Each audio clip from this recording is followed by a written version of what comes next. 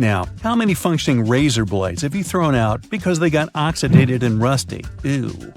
And how much usable toilet paper have you wasted because you didn't know any better? Luckily, that can change if you follow some simple tips. Now, let's say you've just arrived back from the grocery store. The bags are full of fresh produce and refrigerated items. If you're a Type A person, you probably look at your empty fridge and start throwing your groceries inside without any type of organizational system. Now, if you were a Type B, maybe you stop for a moment to assess the situation and try to figure out the best way to distribute your food. No matter which scenario you fit into, I bet you've been storing some essential day-to-day items in a very wrong way.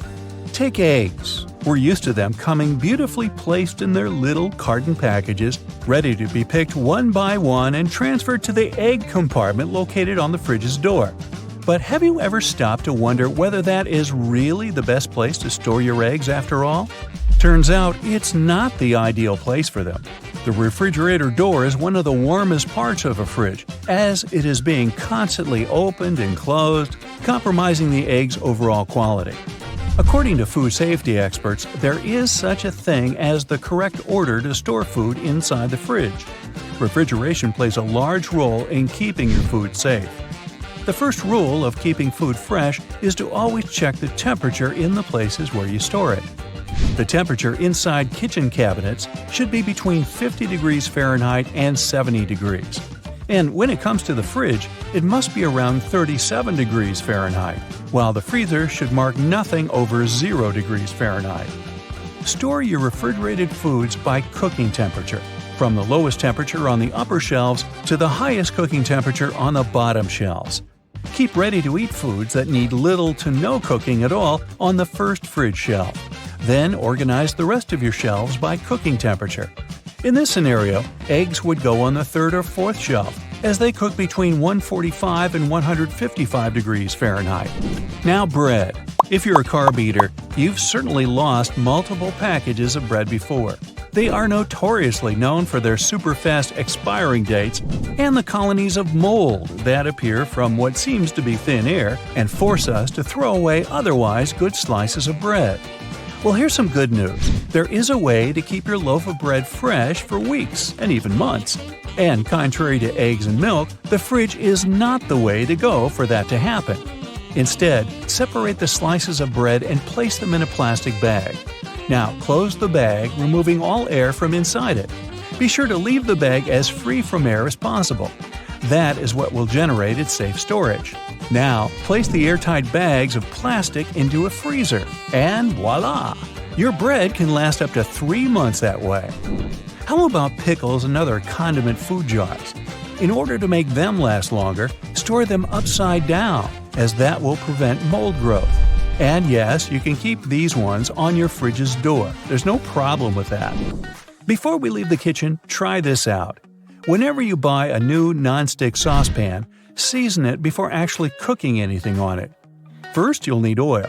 Rub on the edges of your pan and place it inside the stove for about 60 seconds. Let it absorb the heat, then remove the pan from the stove and let it cool down. Wipe off the excess oil, and there you have it. This way, the oil will fill in any small gaps or little pores in the pan, smoothing down the surface until it's all even. You can now expose the pan to high temperatures and it won't get damaged. Now, let's move on to bathroom items. Toilet paper is easily one of the most wasted household items. Even if we notice it, we don't really do much to change the way we go about it. Apart from the classic over-under discussion of how we should place toilet paper, there is a less-known must-do habit that we often ignore. Just to fill you in case you've been oblivious to this until now, toilet paper science has long debated whether the correct way to hang the roll is with the loose end draped over the top or with the loose end hanging inside next to the wall. And as much as I bet many here already know the answer, can I have a drum roll, please? Well, you got that right if you guessed with the loose end draped over the top. It is so for the simple reason that over provides easier access to the loose hanging end of the paper and minimizes the risk of knuckle-on-wall germ gathering. Ooh.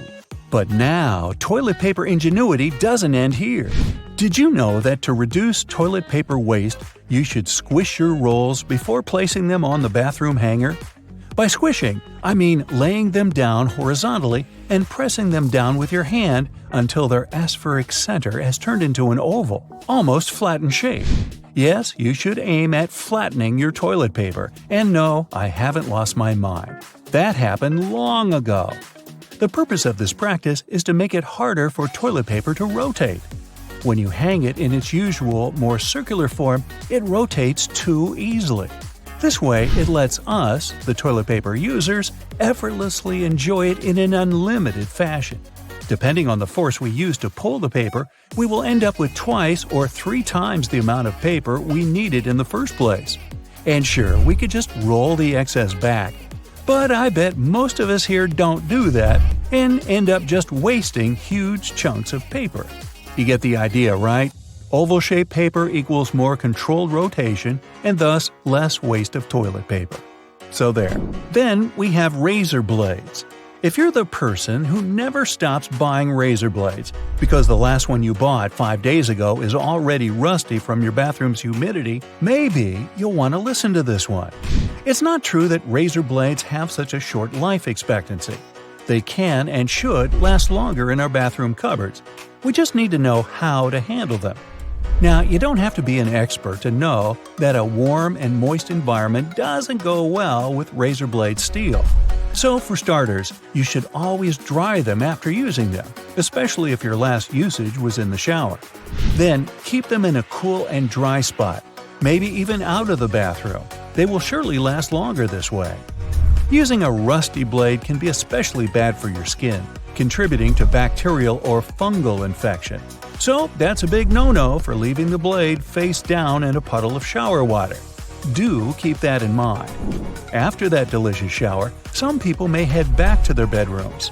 If it's near bedtime, they might even decide to light that aesthetically pleasant nightside candle and enjoy the most out of its pleasing white musk and warm vanilla aroma.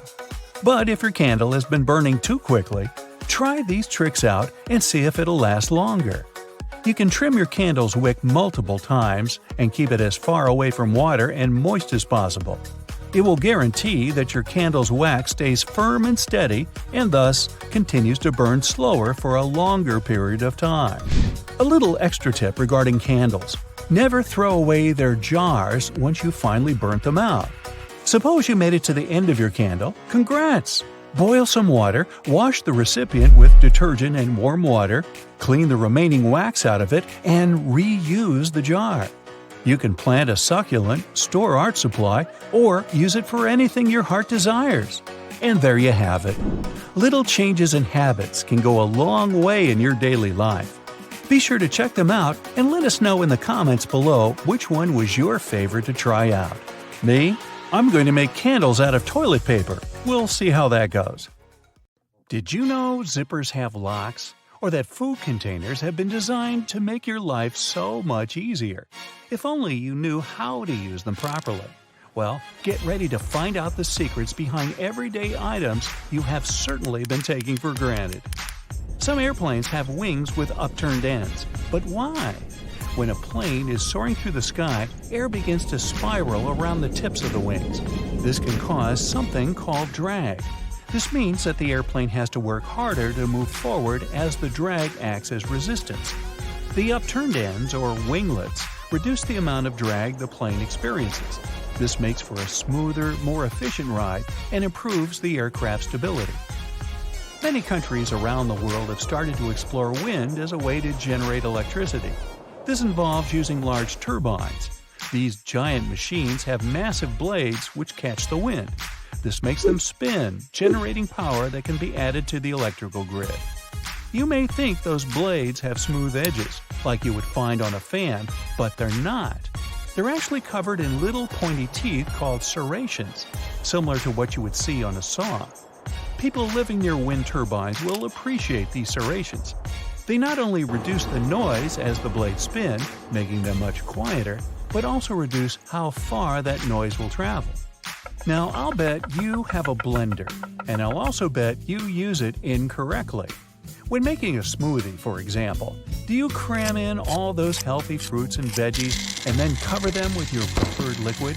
Then you turn the device on and it whines, struggles, and sounds like it might blow a fuse. Well, you are supposed to add all the liquids first.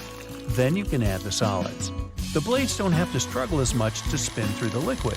This creates a whirlpool effect, and the device is able to pull the solid food down and blend everything evenly. Your next smoothie will have fewer chunks. Yes, you are welcome. I know that with online banking, you are handling fewer checks. But next time you see one, take a close-up look at the signature lines on the front and back. No, closer than that. I think you might need to grab a magnifying glass. Those lines are really teeny tiny words. Called microprinting, they make it harder for people to print fake checks. This will be indicated on the check with the letters MP, often near where the signature goes. The words that make up these lines can be anything from authorized signature to original document. Most printers are unable to reproduce the microprinting, making it easier to detect a fake check. Hand sanitizer is everywhere these days. Yep, nothing gets past me. And though it's great at keeping your fingers free of germs, it's actually much more useful than you think. Some of us have made the mistake of using a permanent marker on a whiteboard. Guess what? It doesn't come off. But grab your hand sanitizer and it can lift that stubborn mark. It can also help with cleaning windows, sunglasses, and mirrors. Do you have a magic key fob for your car? Most fobs are designed to lock and unlock your car doors. Some even allow you to start your car from a distance. But there's one feature some fobs have that you would never know unless you read the manual. And who has time for that? To see if you have a special fob, hold down the unlock button for a whole 2 seconds. For some car brands, this will open the windows of your car. This allows you to access your car if there's ever an issue with the door locks or to let out hot air on a summer day. You might have noticed a hole along the side of the shaft or barrel of some ballpoint pens. This is designed to handle pressure. The hole ensures that the internal and external pressure is the same, which allows the ink to flow freely into the tip. If these pressures were different, the ink could become stuck inside, making the pen useless. Another hole you might see is at the very top of a pen's cap. This is a new development, with companies adding it in 1991. First, it helps keep the ink from drying out. Yay! Second, it ensures that if you accidentally swallow it, the cap will not completely block your airway. You'll still be able to breathe while seeking help. Double yay! But maybe think about stop putting caps in your mouth in the first place. Speaking of holes, some shoes are designed with 2 extra holes, or eyelets. They're located near the arch just above the sole of the shoe. Everyone assumes they're there to help your feet breathe and keep sweating, and the resulting smelliness to a minimum. But you're actually supposed to use them when lacing up. They allow you to get a tighter, better fit and reduce the chances of spraining your ankle. Some people prefer to drink soda from a glass bottle, arguing that it tastes better. Whether or not this is true, the bottle does have a unique design feature that most people completely ignore. It's that long, tapered neck. Heat transfers from the hand. If you hold the bottle around the thicker body, you are warming the contents inside. Warm cola? No thanks. You should be holding on to the long neck instead. This way, your drink will stay colder longer. Hungry? Who doesn't like some delicious Chinese takeout? Here's a shocker. Those sturdy containers the food comes in can actually be turned into plates. First, grab the creases on the sides of the packaging. Slowly pull these apart. Push the corners down to flatten the box. This is ideal for rice and noodle dishes, but not so good for soup. Another surprise? Chinese takeout containers were not invented in China. They were created in 1894 by Frederick Weeks Wilcox, a man from Chicago. He called his creation a paper pail and was inspired by Japanese origami when he designed them. As Chinese food gained in popularity in America, these paper pails were used for delivery and takeout, and eventually became associated with this particular style of cuisine. Now, when it comes to dessert, or breakfast, or both actually, a popular choice is a donut. But people often wonder about the hole in the center. Wait, another hole? You bet! Although it's hard to know who exactly invented the hole in a donut, some stories give credit to a sailor named Hanson Gregory. It was 1847, and Hanson was only 16 years old. At the time, he was working on a lime trading ship. The deep-fried cakes served on board were nice and crispy on the outside, but undercooked and doughy on the inside. He suggested adding a hole in the middle, which would allow the batter to cook evenly. The modern donut was born. Hanson is now my personal hero. Of course, with all that food, it'll make doing up your pants a little harder. Luckily, most zippers now have locks. A locking mechanism, which often looks like a little pin or bump, was added to help keep the zipper done up.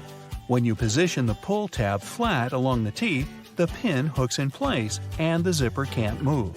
When you lift the tab, it becomes unlocked and you can easily open and close it. Now, why are the letters on the computer keyboard in such random order? This feature dates back to when manual typewriters were used. Initially, the keys were placed in alphabetical order, but this way, people were able to type too quickly for the machine to handle. Levers associated with certain letters would often get jammed together. The QWERTY keyboard, which is the one we still use today, was designed to slow people down and reduce the chance of hitting two keys that might jam. The QWERTY keyboard may no longer be essential, but we have become used to it. Now, feel the F and J keys on your computer. Each of these has a little bump on it. These are known as homing bars, and the F and J are called position keys. They were designed to help you properly place your hand when typing without having to look down at them. This allows for touch typing, when you use your muscle memory to remember where each key was. For it to work, you have to put your fingers in a specific position before starting. This means ASDF for the left hand and JKL for the right hand. This is especially useful if you have to transcribe something for your job. You can read the original and type it out without slowing down to look at your keyboard. Even the human body has its own little secrets hiding in plain sight.